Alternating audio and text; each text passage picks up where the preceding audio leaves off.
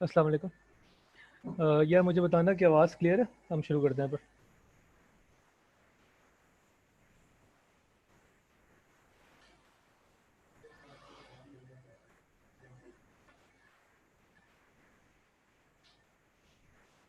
Okay. अच्छा, तो हमने जो चैप्टर शुरू किया था वो है एपी एंड जीपी। ठीक है। एपी एंड जीपी में से हमने एपी के फॉर्मूलाज देख लिए थे और उनको यूज़ किस तरीके से करते हैं वो भी हमें समझ में आ गया। आज हम जीपी करेंगे और इसको देखते हैं। एपी के फॉर्मूलाज हैं, मैं एक बार और दिखा दूं आपको। वो हमने लिखे थे, आई थिंक यहाँ से शुरू किया था। चलो उसको भी जब जीपी करके ना एक साथ शुरू कर दूंगा। यहाँ ये है ना फॉर्मूलाज हमारे। बंदा बनी हमने टर्म का फॉर्मूला था, होपफुली कॉपी किए हुए हैं आपने सबने। यहाँ पे मैं टिक कर देता हूँ। ये टर्म का फॉर्मूला था, ये डिफरेंस का फॉर्मूला था, कॉमन डिफरेंस कांस्टेंट रहेगा हमने कहा था। एक सेकेंड, इसको मैं ज़रा, ठीक है। और सम के दो फॉर्मूले पढ़े थे हमने, एक ये पढ़ा था और फाइनली ये फॉर्मूला। टोटल चार चीज़ें हमने देखी थी और इनको यूज़ भी किया था डिफरेंट क्वेश्चंस में, आसान क्वेश्चंस में। ठीक है। जीपी देखते हैं। जीपी खत्म हो जाएगा then will move on to the questions bit. जिस तरीके से हमने डिफाइन किया था एपी को कि ये एक सीक्वेंस है, ये एक सीरीज है, उसी तरह से हम जीपी को भी डिफाइन करते हैं। जीपी भी एक सीरीज है। जीपी का मतलब बेसिकली क्या है? एपी था अर्थमेटिक प्रोग्रेशन, जीपी है जियोमेट्रिक प्रोग्रेशन।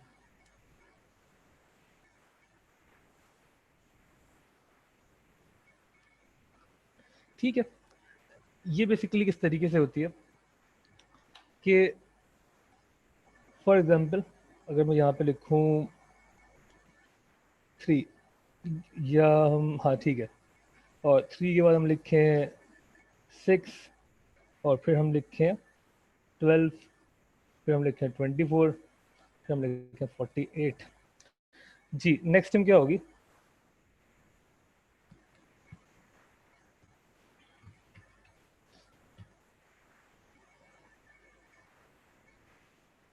यहाँ पे नेक्स्ट टाइम क्या होगी?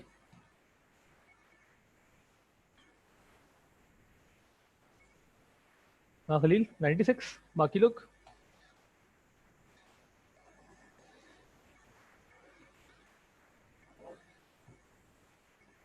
यूसुफ 72।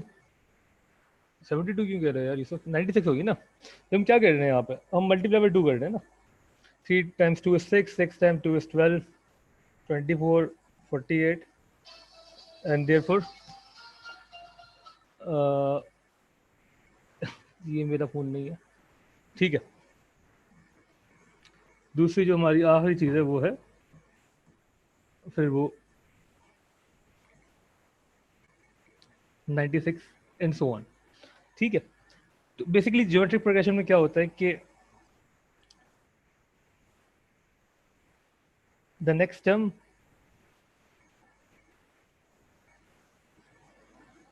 या द, या हम इस तरीके से लिख लेते हैं। डेफिनेशन इंपॉर्टेंट नहीं है लेकिन समझने के लिए, each next term is calculated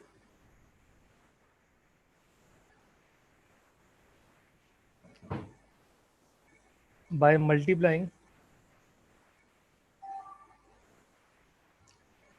the very previous term, very previous या previous एक ही बात है, the very previous term with a common ratio। AP में हम कहते थे कॉमन डिफरेंस है, यहाँ पे हम कहेंगे कॉमन रेशियो है। ठीक है। तो हर अगली टर्म कैसे मिलेगी? उससे बिल्कुल पिछली टर्म से आप एक कॉमन रेशियो को मल्टीप्लाई कर दें। इस पर्टिकुलर सीक्वेंस में जो कि हमने ऊपर बनाई थी, इसमें जो कॉमन रेशियो था वो था 2। तो हर चीज़ 2 से मल्टीप्लाई होकर आ रही थी। ठीक है। अगली टर्म बता सकते हैं कोई? 96 के बाद क्या आएगा?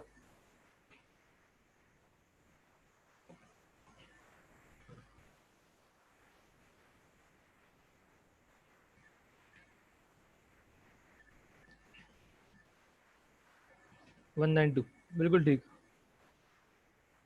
ठीक है, and so on.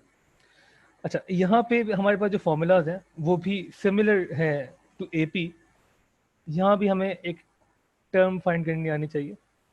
To find any term T N, जो फॉर्मूला है वो है ए टाइम्स आर की पावर n-1,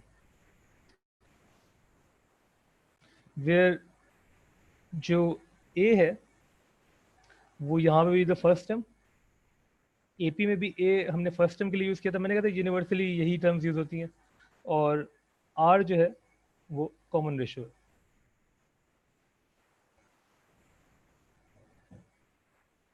ठीक हो गया यार, क्या मजाक है यहाँ पे, एक मिनट।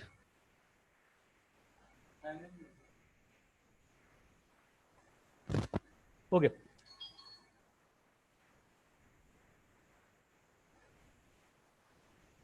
इसको यूज़ किस तरीके से करेंगे?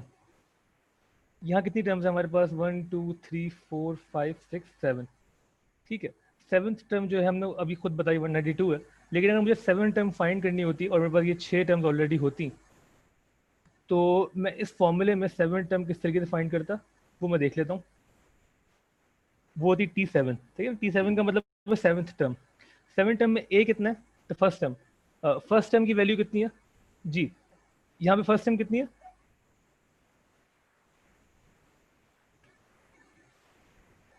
फॉर्मूले में इनपुट आपने खुद करना है, मुझे बताएं फर्स्ट टर्म क्या है इस सीक्वेंस में?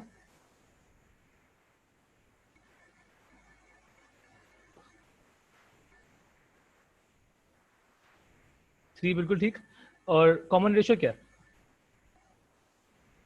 ठीक है ना, A multiply by R common ratio. जी, कॉमन रेशियो कितना है इस वक्त? बट 2, बिल्कुल ठीक है मरीब, 2।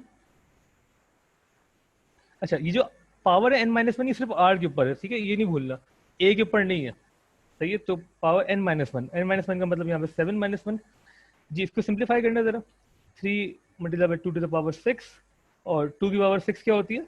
64। 3 टाइम 64 कितना होता है?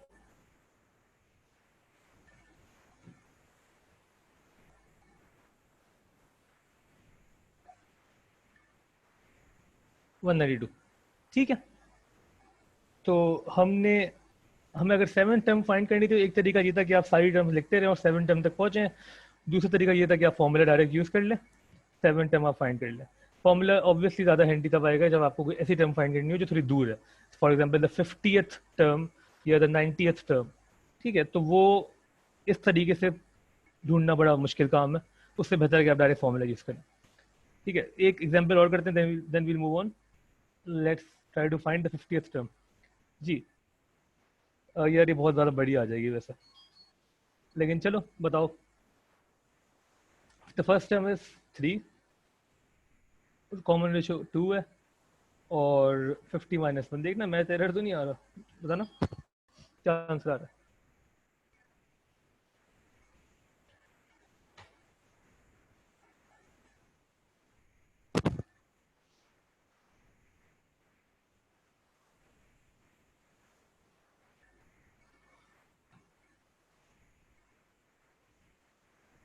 1.68 into power 15, 1.68 into 10 to the power 15, ऐसे ही कुछ, ठीक है। इसे ये क्वेश्चन इस तरीके के आ सकते हैं, सही है। मतलब आपने मतलब बहुत बड़े नंबर्स भी आ सकते हैं, सही है। वो सिर्फ कंफ्यूज करने के लिए होते हैं आप लोगों को, कि कोशिश करें कि आपका एक आदम कहीं ना कहीं काट ले, लेकिन आपने वही कैलकुलेटर को यूज़ करना है और वो जो कह रहा है वो आपने कर देना है। Okay, moving on. दूसरी चीज़ हमारे पास क्या है कि how to find the common ratio. मैं आपको याद दिला दूं कि डिफरेंस हमने फाइंड किया था using this formula, any term minus the previous term. ये हमने डिफरेंस के लिए बनाया था, any term minus the previous term, ठीक है, n-1, और वो हमने समझा था पूरा। यहाँ पे मुझे बताएं कॉमन रेशियो कैसे निकलेगा? फॉर्मूला आपके जहन में आ रहा है कोई? अगर मैं बोलूँ कि कॉमन रेशियो निकालना था तो किस तरीके से निकालते हैं? यहाँ तो आपको डायरेक्ट दिख रहा है 3 और 6, ठीक है, लेकिन आपके जहन में हो गया रहा है 3 के बाद 6 आया और 6 के बाद 12 आया, तो आपने कैसे सोचा कि 2 है common ratio? Next term divide by previous, बिल्कुल ठीक क्लास, बिल्कुल ठीक, बेहतरीन। डिवाइड किया आपने, और नेक्स्ट टर्म इसको हम एनी टर्म बोलेंगे, कोई सी भी टर्म ले लें, any term divided by the previous term. ठीक है, तो ये जो है नोटेशन वही यूज करेंगे हम। इसको मैं हटा रहा हूँ। कॉमन रेशियो स्मॉल आर से डिनोट करते हैं हम, is any term divided by the previous term. ठीक है, इसको मैं लिख भी देता हूँ, any term divided by the previous term. एक सेकंड,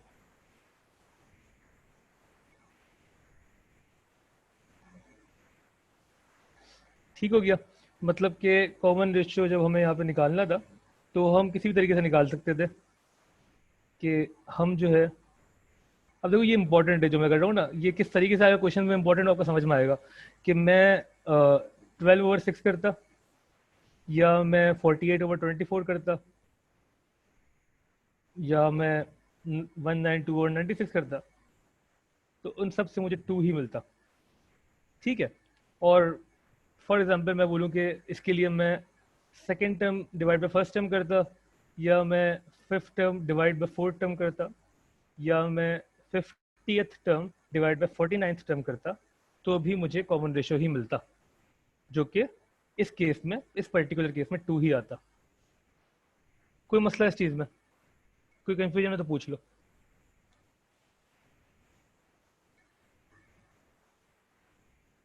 तो ये ओके लिख के भेज दो, वरना पूछ लो।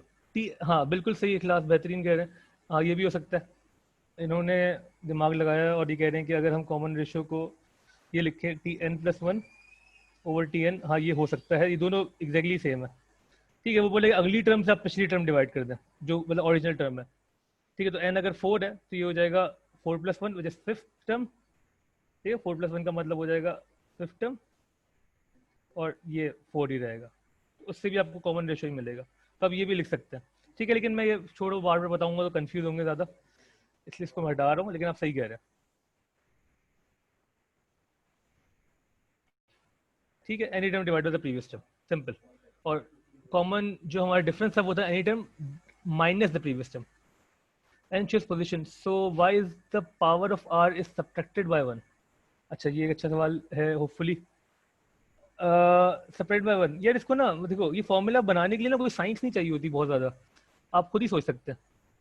मतलब अगर आप ज़्यादा फॉर्मूले में इंटरेस्टेड है कि कैसे बना, तो मतलब कि अगर आप यहाँ देखें, जी अरीबा, आप ये कह रही हैं कि माइनस क्यों कर रहे हैं। फॉर एग्जांपल हमारे पास एक सीरीज है, ऐसे कर लेते हैं 6 और 18, 54, 162। जी कॉमन रेशो कितना है?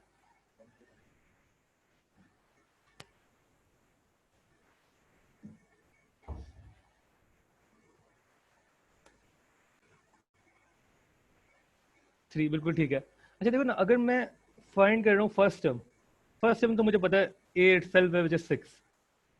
ठीक है, जब सेकंड टर्म में फाइंड कर रहा हूँ तो मुझे ए को मल्टीप्लाई करना पड़ रहा है आर से which is the common ratio, मतलब 6 को मल्टीप्लाई करना पड़ रहा है 3 से, तो मुझे मिल रहा है 18। थर्ड टर्म के लिए मैं कर क्या रहा हूँ, मैं ए को मल्टीप्लाई कर रहा हूँ आर से 2 बार, मतलब आर स्क्वायर से। ठीक है ना, पहली बार करूंगा तो 18 आएगा, एक और बार करूंगा तो 54 आएगा, तो वो कितना हो गया, 6 × 3 का square which is 54। And similarly अगर मैं चौथी टर्म फाइंड करने की कोशिश कर रहा हूँ, तो मैं ए को आर से मल्टीप्लाई कर रहा हूँ 3 बार, तो वो 6 × 3 का क्यूब जो कि 162 आ रहा है, एंड सो ऑन। ठीक है, तो अगर आप इसी को जरा पैटर्न देख लें, तो फर्स्ट टर्म पे ए था और आर की पावर कितनी थी फर्स्ट टर्म में, यहाँ पे आर की पावर क्या थी, जब हम फर्स्ट टर्म लिखते हैं तो आर की पावर कितनी है, ऐसे ही ट्रिक क्वेश्चन। 0, बेहतरीन बेहतरीन, सही है। सेकंड टर्म में आर की पावर 1 थी, थर्ड टर्म में आर की पावर 2 थी, फोर्थ टर्म में आर की पावर 3 थी, तो आपको दिख रहा है कि हर में हम एक कम लिख रहे हैं ना, तो वही फॉर्मूला है आपका कि जो टर्म है उससे आर जो है, आर की जो पावर है वो बस एक कम लिखें आप। ठीक है ना, यही फॉर्मूला है। और आप अगर इसी दिमाग से ज़रा इस्तेमाल करें तो आपको एपी के भी सारे फॉर्मूला समझ में आ जाएंगे, जीपी के भी आ जाएंगे। सम वाला समझने में थोड़ा और मुश्किल होती है, वो भी उसकी जो डेरिवेशन है वो थोड़ी मज़े की है, एपी की खास तौर पे, वो किसी और टाइम में आपको बताऊंगा, अभी नहीं। ठीक है, और जो आपकी इसकी डेरिवेशन है जीपी के सम वाली, उसके लिए आपको कंपाउंडिंग थोड़ी आनी चाहिए। कंपाउंडिंग ही करते हैं हम यहाँ पे, ठीक है, वो भी इंपॉर्टेंट नहीं है इसलिए मैं नहीं दिखाऊंगा, लेकिन कभी मूड हुआ तो एपी और जीपी दोनों की मैं आपको दिखाऊंगा सम वाली किस तरीके से होती है, उसमें थोड़ा टाइम लग जाएगा। ठीक है, टर्म वाली तो बड़ी स्ट्रेट फॉरवर्ड है। ओके, तो ये रेशियो आ गया।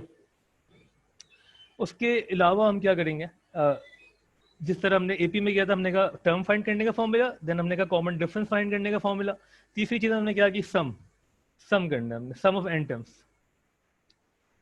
तो यहाँ पे sum of N terms find करने के लिए हम क्या करेंगे, A multiply by 1 minus R to the power N over 1 minus R. जी, ये फॉर्मूला है जीपी का to find sum of first N terms. सही है ना, जिस तरह एस एन का मतलब वहां पे भी क्या था, सम ऑफ फर्स्ट एन टर्म्स। मैं फर्स्ट एन टर्म्स बार बार इसीलिए बोल रहा हूँ कि वो आपको पास्ट पेपर में कंफ्यूज ना करे। अगर वो बोल रहा है sum of the fifth from the fifth term till the 15th term, तो फिर वो ये नहीं लगेगा उसमें। सही है, ये फर्स्ट एन टर्म्स है सिर्फ। ठीक है, क्वेश्चन जब आएगा उसको हम देखेंगे, अभी कंफ्यूज ना हो, लेकिन बस इसकी टर्मिनोलॉजी इसको एग्जैक्टली वैसे ही समझो जैसे मैं बता रहा हूँ। एस एन का मतलब क्या है, sum of first N terms. ठीक है, और ये एपी में भी यही था, जीपी में भी यही है। फॉर्मूला क्या है, A into 1 minus R to the power N over 1 minus R. ठीक है, इसको यूज करते हैं। एक काम करो पहले, यहाँ पे जो हमने टर्म्स लिखी हैं, कितनी टर्म्स लिखी हैं, 7 लिखी थी ना, 2 3 4 5 6 एंड 7। ठीक है, इन 7 टर्म को ऐड करो और मुझे बताओ सम ऑफ 7 टर्म्स क्या आ रहा है आपके पास। जी, सम ऑफ 7 टर्म्स क्या आ रहा है अगर हम सिंपली ऐड करें।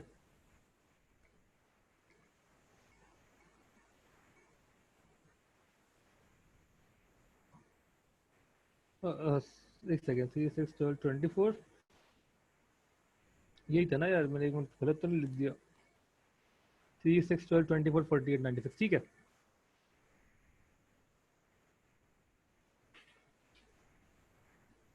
प्लस 192। एक तरीका तो ये है ना सम करने का कि आप ऐड कर दें, और ये सम कितना आ रहा है, 381। कोई कहता है 481, मतलब जरा सा आगे पीछे तो नहीं हो गया कुछ, 2 3 लोग 381 कह रहे हैं, तो इनको मान लेते हैं, तो चेक कर लो। ठीक है, 381 अगर हम डायरेक्ट सम करें, डायरेक्ट सम करने से बेहतर है कि आप फॉर्मूला यूज़ करें, और फॉर्मूला अगर हम यूज़ करें तो क्या आएगा वो देखते हैं। सम ऑफ 7 टर्म्स, जी ए 3 है, 1 माइनस आर, कॉमन रेशियो हमारे पास 2 था, 2 टू द पावर एन। अच्छा, यहाँ पे भी इंपॉर्टेंट है, सिर्फ आर के ऊपर पावर है, ठीक है, होल ब्रैकेट के ऊपर पावर नहीं है, कोई मसला नहीं। ठीक है, आर के ऊपर पावर नहीं है, तो आर की पावर 7।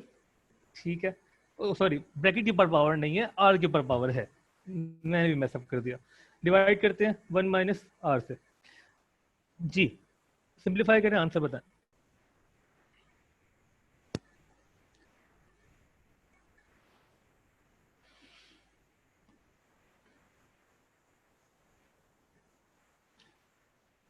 कैलकुलेटर यूज़ करना आना चाहिए।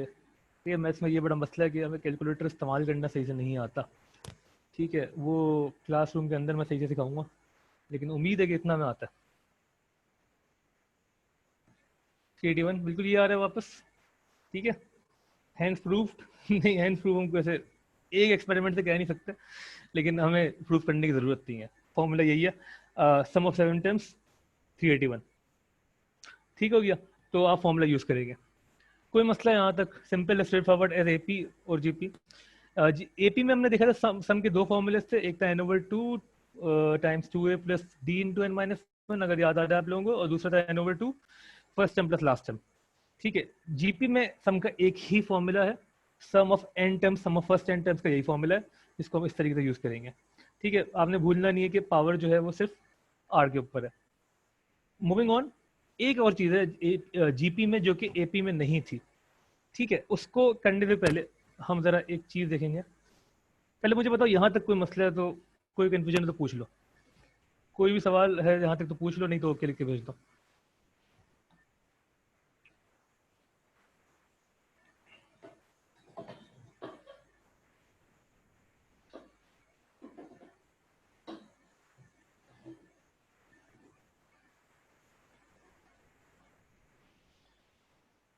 ओके, ठीक है, बेहतरीन। अब जो चीज़ हमने देखी जो डिफरेंट है जीपी में, वो ये है कि जो ज्योमेट्रिक प्रोग्रेशंस होती हैं हमारी, वो दो तरह की होती हैं। एक डाइवर्जेंट होती हैं और एक कन्वर्जेंट होती है। ठीक है, इनके वर्ड्स देख के इतना टेंशन नहीं लेनी। मूवीज भी है मेरे ख्याल से डाइवर्जेंट है, शायद आपने देखी हो। इसमें जो फर्क है वो क्या है वो हम देखते हैं। ठीक है, मैं पहले जो वाजे फर्क है जो आपको देख के समझ में आना चाहिए फर्क है वो मैं लिख देता हूँ, और फिर उसकी एग्जाम्पल्स हम देखते हैं। फर्क ये है, कन्वर्जेंट सिर्फ तब होगी जब कॉमन रेशियो जो है वो -1 से 1 के दरमियान हो। अगर आपका जो कॉमन रेशियो है वो इन बिटवीन -1 to 1 है, मतलब डेसिमल्स में है, 0 पॉइंट समथिंग है, 0 पॉइंट समथिंग पॉजिटिव और नेगेटिव, ठीक है, तो हम बोलेंगे that the progression is convergent. और उसका मतलब क्या एग्जैक्टली exactly, अब थ्योरी में जाते हैं हम, लेकिन मतलब आपके लिए इंपॉर्टेंट ये कि आपको ये दिख जाए रेशियो इज बिटवीन -1 से 1, तो द प्रोग्रेशन इज कन्वर्जेंट। ठीक है, और ये इंपॉर्टेंट है, ये यूज करना पड़ जाता है आपको कुछ क्वेश्चन में दिखाऊंगा। ठीक है, तो ये इनइक्वालिटी भी याद रखें, रेशियो बिटवीन -1 and 1। ठीक है ना, आई थिंक इस तरह से इनइक्वालिटी लिखनी आती है आपको ना। ठीक है ना, ये इस तरीके से पहले लिखा है वो लेवल में, नहीं लिखा, इतनी इनइक्वालिटी तो आती है ना, r बिटवीन -1 and 1 ऐसे ही लिखेंगे हम। ठीक है ना, ओके। तो और डाइवर्जेंट कौन सी जीपी होगी, कौन सी प्रोग्रेशन होगी वो, मतलब या तो मैं अदरवाइज लिख दूं, मतलब जब -1 और 1 के दरमियान नहीं है तो वो डाइवर्जेंट है। लेकिन मैंने एरो इस तरीके से बनाया कि अदरवाइज पहले आ रहा है, तो उससे बेहतर है कि मैं आपको मैथमेटिकल फॉर्म में लिख दूं। मैथमेटिकल फॉर्म में क्या मतलब है कि जब रेशियो 1 से बड़ा हो या -1 से छोटा हो। ठीक है, 1 से बड़ा हो या -1 से छोटा हो, जैसे कि हमने अभी देखा था, हमारा जो रेशियो था वो था कितना, 2, रेशियो 2 था, कॉमन रेशियो वाज 2। ठीक है, तो ये डाइवर्जेंट थी। ठीक है, क्योंकि वो 1 से बड़ा था या -1 से छोटा था। 0 पॉइंट समथिंग में आएगा जब रेशियो सिर्फ तभी कन्वर्जेंट होगा। और उसका मतलब क्या है वो मैं आपको एग्जैक्टली बताता हूँ, थ्योरी में देखते हैं।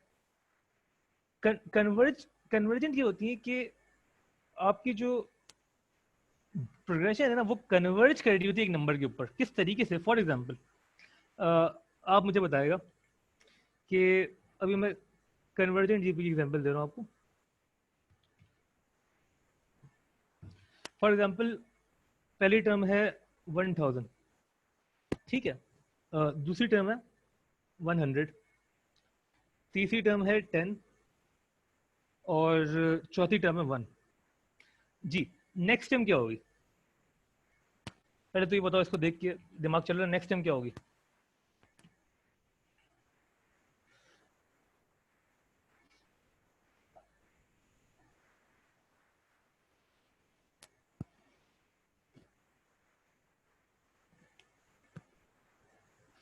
जी, किसी को समझ में आ रहा है नेक्स्ट टर्म क्या होगी। 0.1।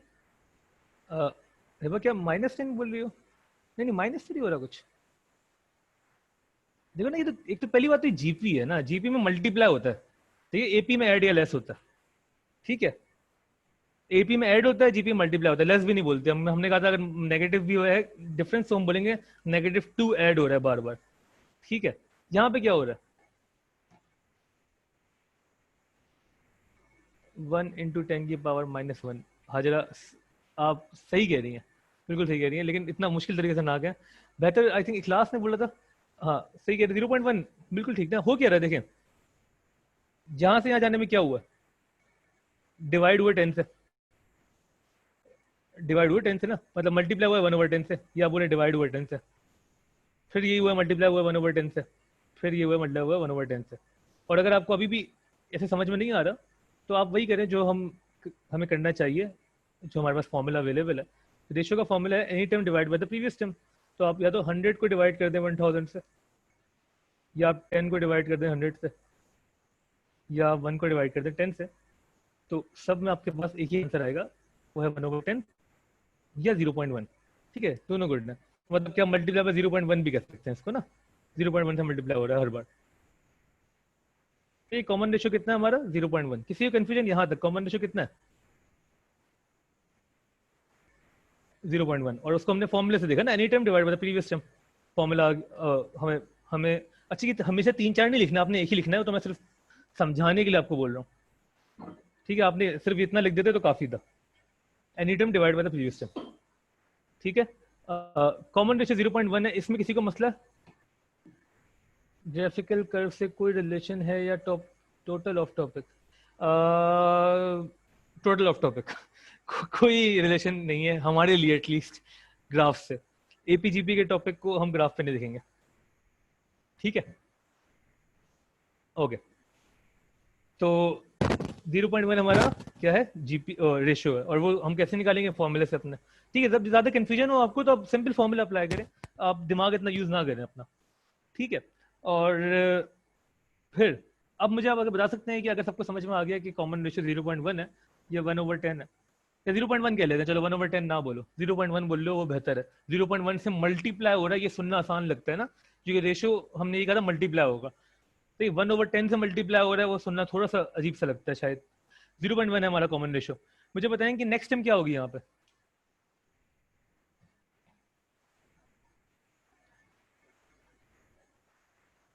बिल्कुल ठीक खलील। नहीं नहीं, इखलास 0.1 नहीं होगी ना, 1 को मल्टीप्लाई करें 0.1 से तो 0.1 ही आएगा ना यार। ठीक है ना, सही है ना। जब हम 1 को किसी भी चीज से मल्टीप्लाई करेंगे तो वही आएगा 0.1। ठीक है, उसके बाद क्या आएगा यहाँ पे? क्या आएगा 0.1 के बाद क्या आएगा? 0.01। बिल्कुल ठीक, ओके।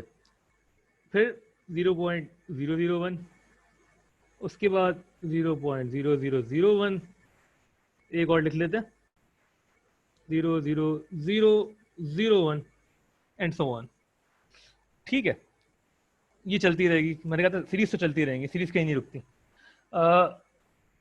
इसको हम कहते हैं कन्वर्जेंट। कन्वर्जेंट क्यों कहते हैं?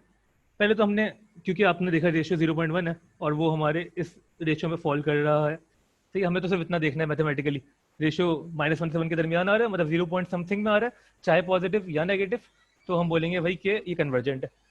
ठीक है, और इसकी जो थ्योरी है वो बेसिकली क्या है, वो ये कि कन्वर्जेंट का मतलब क्या होता है कि वो ना जो सारी सीरीज है ना, वो एक नंबर पे कन्वर्ज कर रही है जाके, वो एक नंबर के करीब जाई जा रही है। जिस तरह आप अगली टर्म पे जा रहे हैं, हर अगली term is getting you closer to the final destination जो है आपकी, उस पर वो कन्वर्ज कर रही है।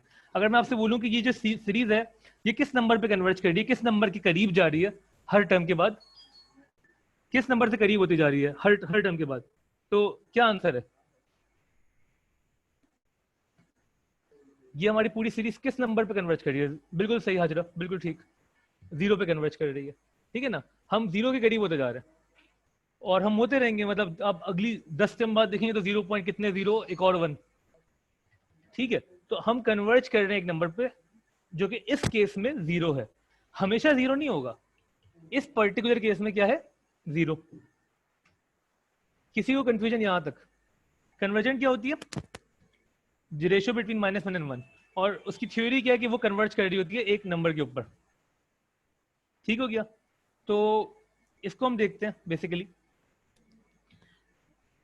जब कन्वर्जेंट होती है जीबीस। अच्छा, इसी के बरक्स हम जरा डाइवर्जेंट भी देख लें। डाइवर्जेंट क्या होती है? डाइवर्जेंट हम जिस तरह की हमने एक लिखी हुई थी ऑलरेडी, उसी को देख लेते हैं। ये डाइवर्जेंट क्यों थी? क्योंकि ये किसी नंबर पे कन्वर्ज ही नहीं कर रही। अगला यहाँ 192 आया, अगला नंबर क्या आएगा यहाँ पे? अगला नंबर क्या आएगा? 384। हाँ, 384 आएगा ना, 384, और उसके बाद फिर 7 समथिंग।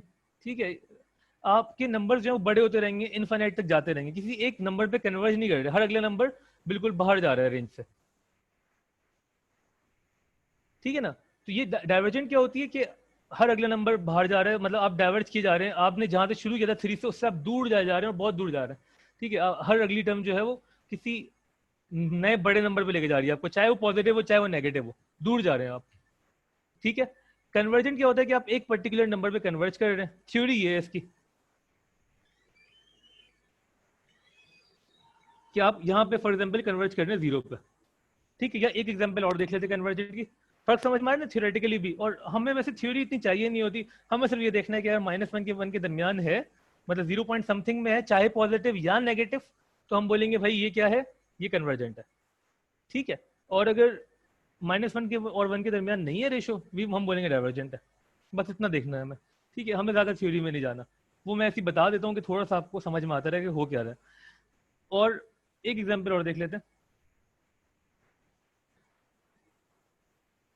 अगर हम शुरू करें, एक सेकेंड,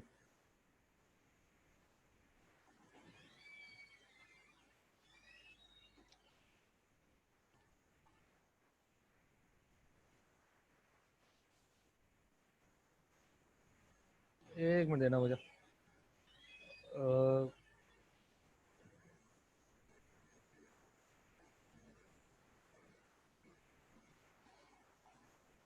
जी एक हमारे पास सीक्वेंस और देख लेते हैं। फॉर एग्जाम्पल 12 से शुरू करते हैं। ठीक है, और नेक्स्ट जो हम टर्म लिखते हैं यहाँ पे वो लिखते हैं 8। ठीक है, और अगर मैं तुम्हें सिर्फ इतना बताऊँ, पहली टर्म 12 है और दूसरी टर्म 8 है, और मैं ये भी बता दूँ कि जीपी है, तो मुझे कॉमन रेशियो बता सकते हो, कॉमन रेशियो कितना है? सिर्फ इतना बता रहा हूँ, पहली टर्म 12 है, दूसरी टर्म 8 है, और ये जीपी है, तो कॉमन रेशियो कितना है?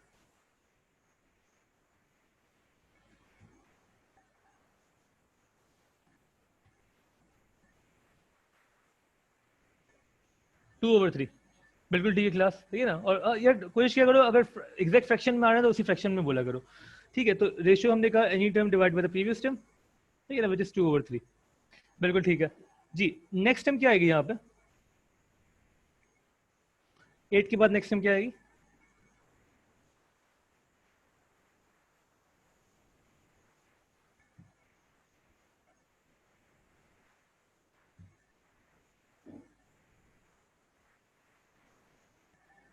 16/3। बाकी लोग क्यों नहीं बोल रहे? बिल्कुल ठीक है, 16/3। ठीक है, और मुझे बताओ क्या ये कन्वर्जेंट है या नहीं है?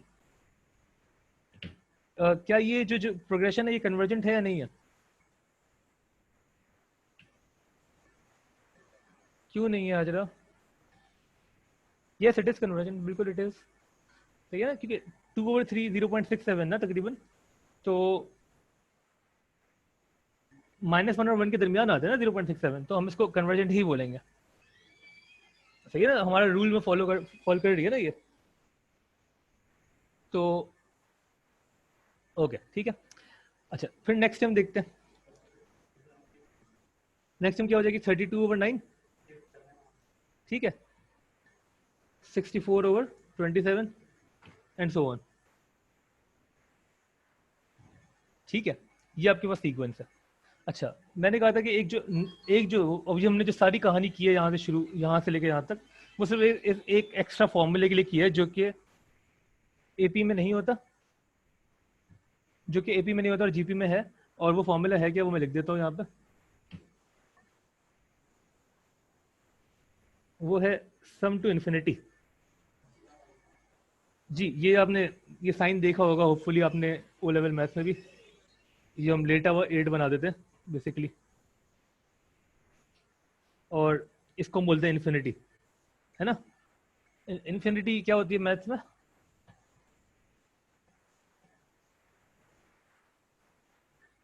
इन्फिनिटी का मतलब क्या है? इन्फिनाइट क्या होता है? इन्फिनिटी क्या है?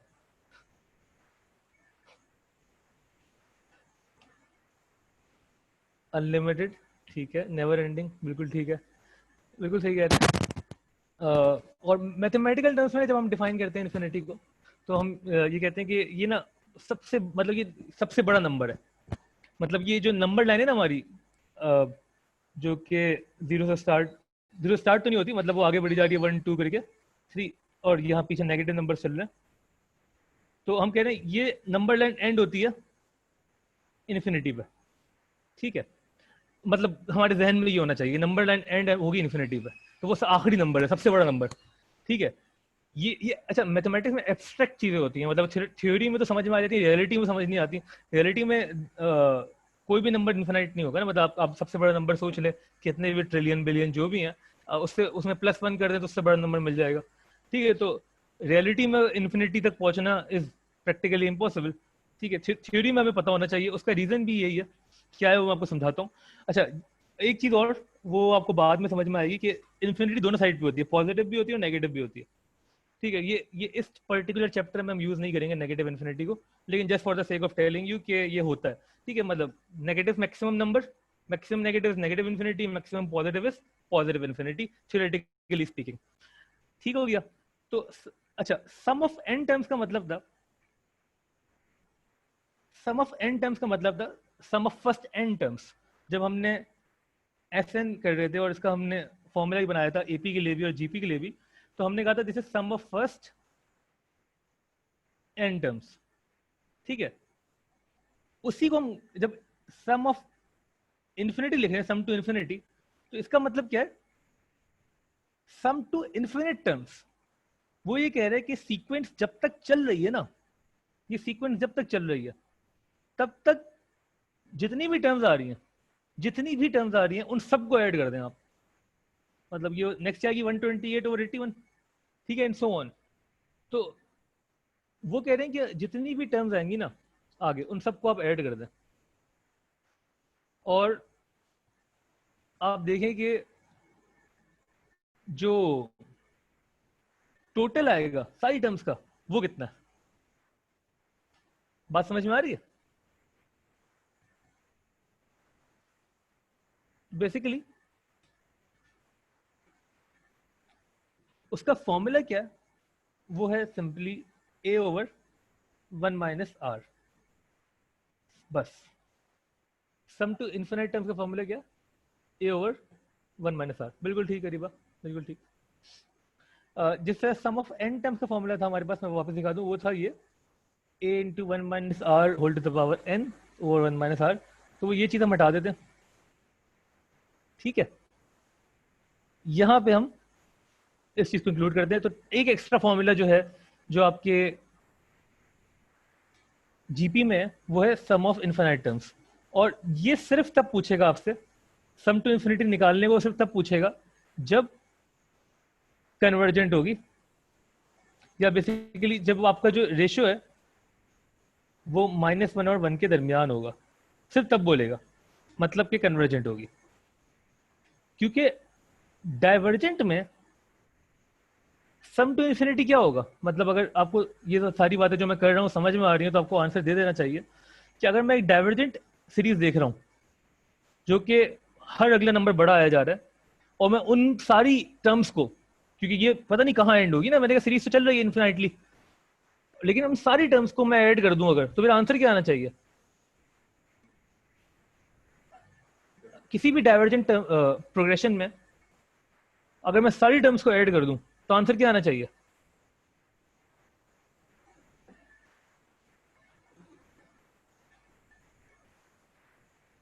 नहीं अरीबा, नहीं, इन्फिनिट, हाजरा, बिल्कुल ठीक, बिल्कुल ठीक। डाइवर्जेंट में sum to infinity is infinity. बात समझ में आ रही है? डाइवर्जेंट में sum to infinity is infinity itself, because सारे, क्योंकि नंबर्स कभी एंड नहीं होंगे। आप 1000 टर्म भी निकाल लें वो भी बहुत बड़ा नंबर आएगा, आप 10,000 टर्म निकाल लें, 1 मिलियन टर्म निकाल लें, आप 10 मिलियन टर्म निकाल लें, आप बिलियन टर्म निकाल लें, ठीक है, आपके पास नई नई टर्म आती रहेंगी, और उन सबको ऐड करेंगे तो मतलब थियोरेटिकली, प्रैक्टिकली तो आप कर ही नहीं सकते, तो आप ऐड करेंगे तो आपका आंसर इन्फिनिटी ही आएगा, क्योंकि वो टर्म्स बड़ी से बड़ी होती रहेंगी और वो आपका आंसर बड़ा से बड़ा होता रहेगा, और वो कहीं रुकेगा नहीं। तो when we talk about divergent GP, when we talk about divergent progressions, the sum to infinity is infinity itself। ठीक है, जब भी वो कभी भी आपसे किसी भी डाइवर्जेंट में सम टू इन्फिनिटी निकालने को बोलेगा ही नहीं। सम टू इन्फिनिटी का फॉर्मूला एप्लीकेबल सिर्फ और सिर्फ तब होगा जब द प्रोग्रेशन इज कन्वर्जेंट, मतलब कि the common ratio is between -1 and 1। ठीक है, और the formula itself is very easy. ये सारी मैंने कहानी सुनाई आपको। The formula itself is very easy. अगर आपके पास द फर्स्ट टर्म है और कॉमन रेशियो है तो आपको कोई टेंशन की जरूरत नहीं है, कोई टेंशन की जरूरत नहीं है, आपने सिर्फ फॉर्मूला इनपुट कर देना है। ठीक है, वो सिर्फ आपको समझाने के लिए कि डाइवर्जेंट जीपी जहाँ पे कॉमन रेशो इज आउटसाइड या तो 1 से ज्यादा है या -1 से पीछे है, वहां पे वो आपसे पूछेगा ही नहीं। ठीक है, कभी हो सकता है एक दो मार्क थ्योरी के उस तरह डाल दे, आजकल वो थोड़ी सी मिनिमम थ्योरी ऐड करना शुरू हो चुके हैं। ठीक है, तो पता होनी चाहिए ये चीजें। लेकिन इसको ना उन्होंने मुश्किल कब किया था, एक बार एक क्वेश्चन में, कि उन्होंने बोला था द जीपी इज कन्वर्जेंट, बस इतना बताया था। और कॉमन रेशियो था ना, वो बड़ा अजीब तरीके से था, उसमें उन्होंने ट्रिग्नोमेट्री भी इन्वॉल्व कर दी थी, क्वेश्चन जरा मुश्किल कर दिया था। तो आपको ये चीज भूलनी नहीं थी वहां पे, जो लोग भूल जाते हैं। इस इनइक्वालिटी को यूज करके आपने कॉमन रेशियो आपने रेशियो की वैल्यू फाइंड करनी थी वहां पे, उस केस में। ठीक है, ये एक बार उन्होंने किया इसको मुश्किल। और देखिए वहां ए लेवल में ये होता है कि आपके पास यू डोंट नो कि वो किस तरीके का सवाल पूछेंगे।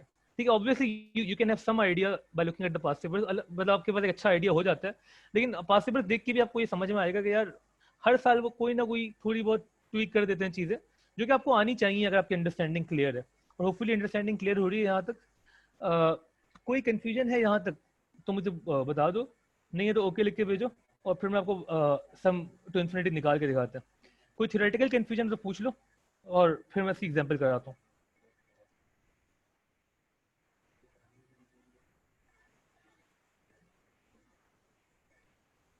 जी बाकी लोग, इखलास ठीक है, शाहम बिन यासिर मेरे ख्याल से आपने लेट ज्वाइन किया है, या शायद सारिम, उमर, लाइबा,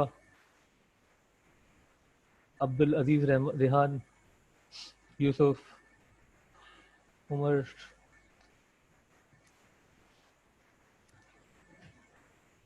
हाँ, शाहम और लाइबा प्राइवेट मैसेज ना करो।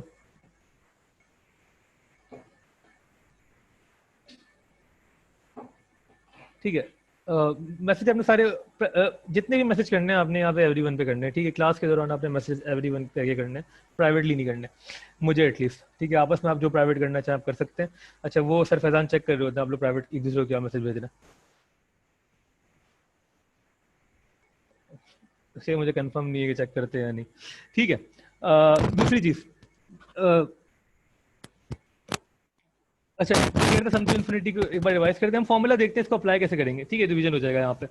तो फॉर एग्जांपल ये हमारी प्रोग्रेशन है, ये ज्योमेट्रिक प्रोग्रेशन है जो कि कन्वर्जेंट है, क्योंकि common ratio is between -1 and 1। अगर मैं आपसे बोलूं कि यहाँ पे आपने सम टू इन्फिनिटी फाइंड करना है, जी फर्स्ट टर्म कितनी है?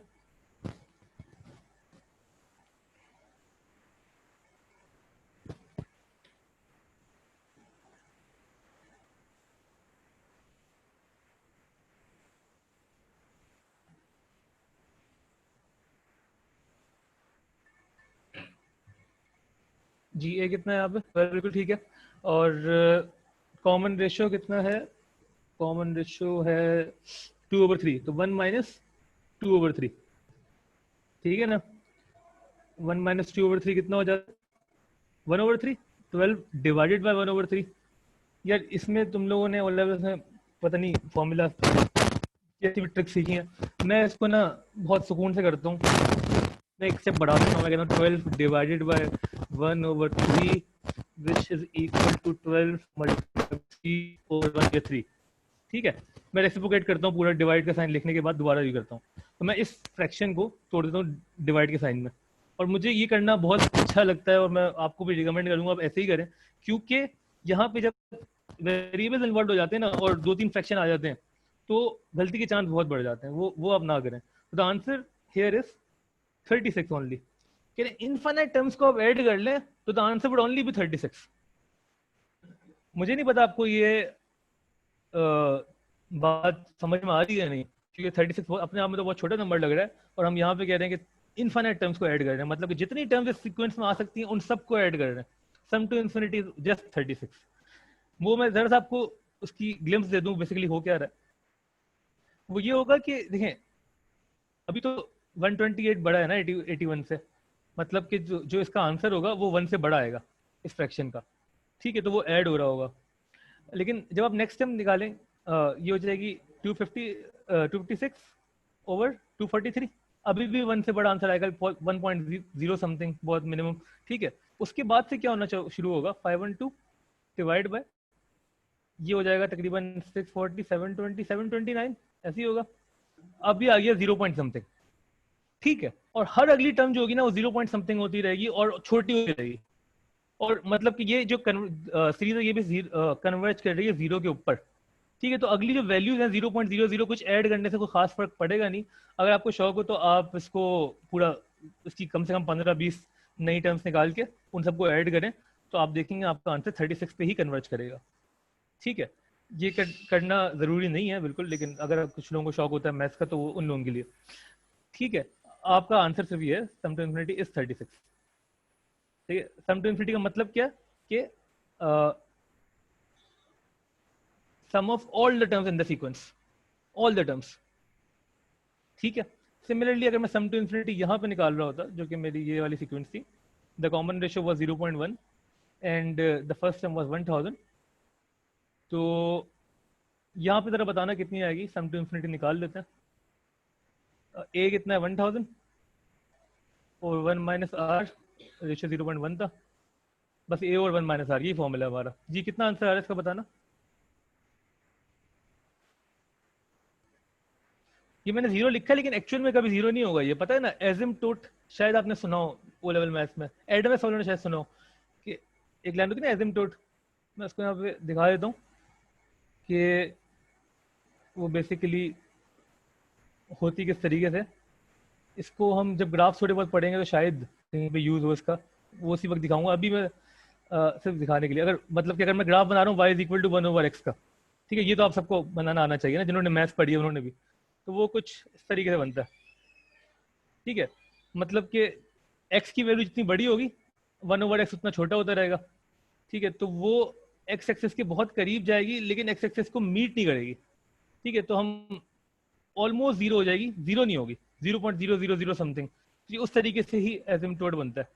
ठीक है, मतलब हम कहेंगे कि एक्स एक्सिस के इसको एसिम्प्टोट कहते हैं मैथ्स की लैंग्वेज में। मैं लिख देता हूँ, शायद आप लोगों ने सुना हो एसिम्प्टोट। इसकी स्पेलिंग होपफुली मैंने सही लिखी है, नहीं भी लिखी तो खैर है, पूछेंगे नहीं आपसे, सिर्फ साइड नॉलेज। लेकिन 1/x का ग्राफ आपको बनाना आना चाहिए, ये वो भी अभी तो होपफुली यूज़ नहीं करेंगे, मतलब सिर्फ साइड नॉलेज। खैर छोड़ो, यहाँ से बताओ आंसर क्या आ रहा है इसका।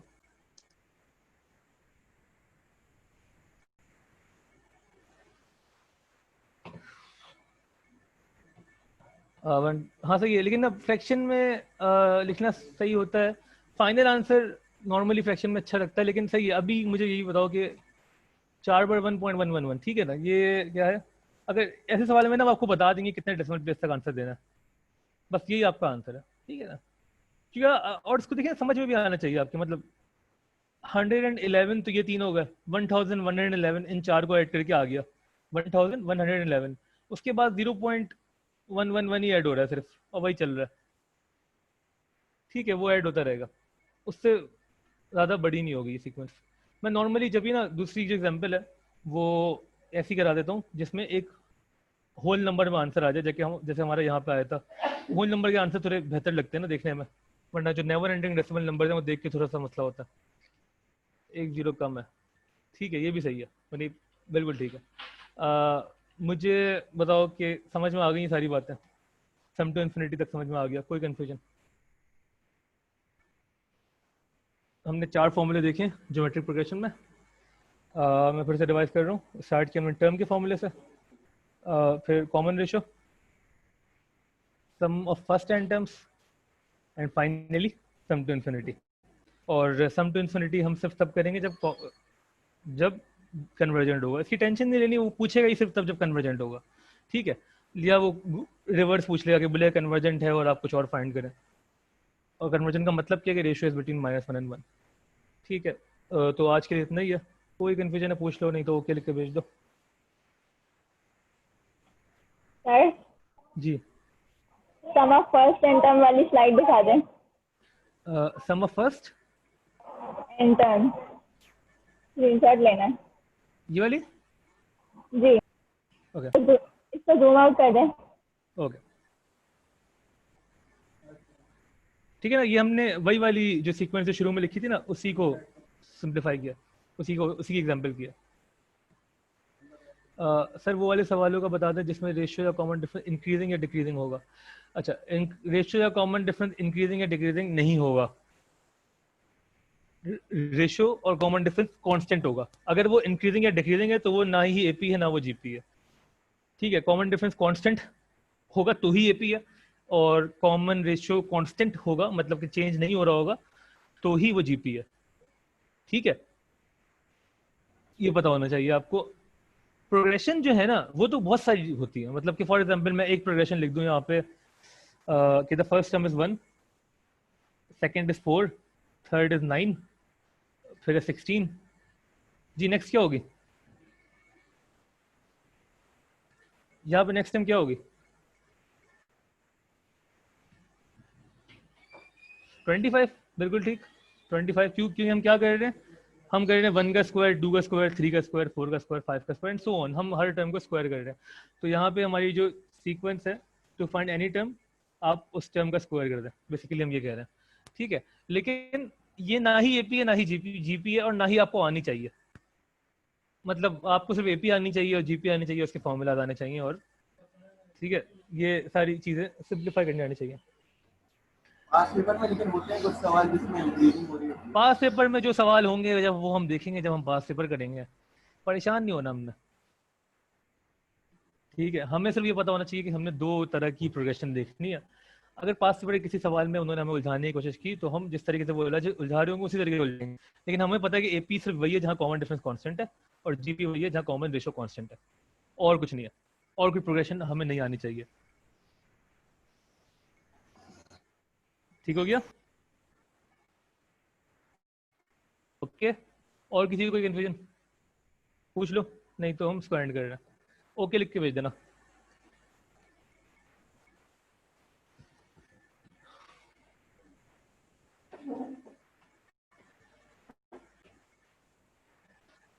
टॉपिक हमारा थ्योरेटिकली एंड हो गया। अब हमने क्वेश्चंस करने हैं, इसके क्वेश्चन करेंगे तो कुछ हम प्रैक्टिस को फिर डायरेक्ट पास पेपर से आएंगे।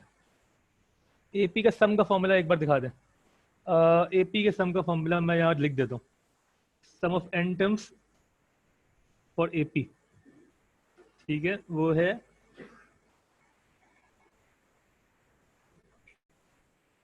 एक को मैं एन ओवर 2 मल्टीप्लाई है, ठीक है ना, एन ओवर 2 पूरा मल्टीप्लाई होगा 2 times a plus d into n minus 1। ठीक है, और किसी को कोई सवाल नहीं है? दो ओके लिख के भेज दो, फिर हम इसको एंड करेंगे।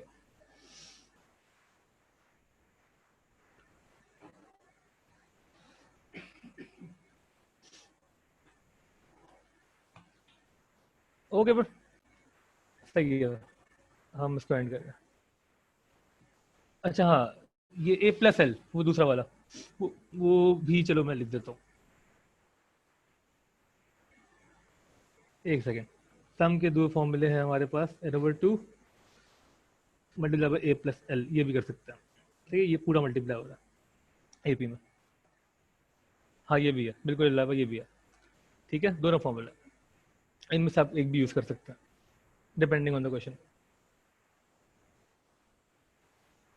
बेफिक्र रहे, सवाल जब आएंगे सब समझ में आ जाएगा। अभी हम सिर्फ फॉर्मूलाज देख रहे हैं, कॉन्सेप्ट देख रहे हैं, टॉपिक देख रहे हैं, टेंशन ना लें आप लोग। ओके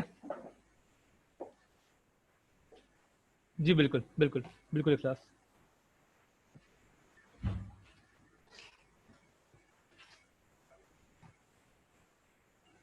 ओके देन, हम क्लास एंड कर रहे हैं।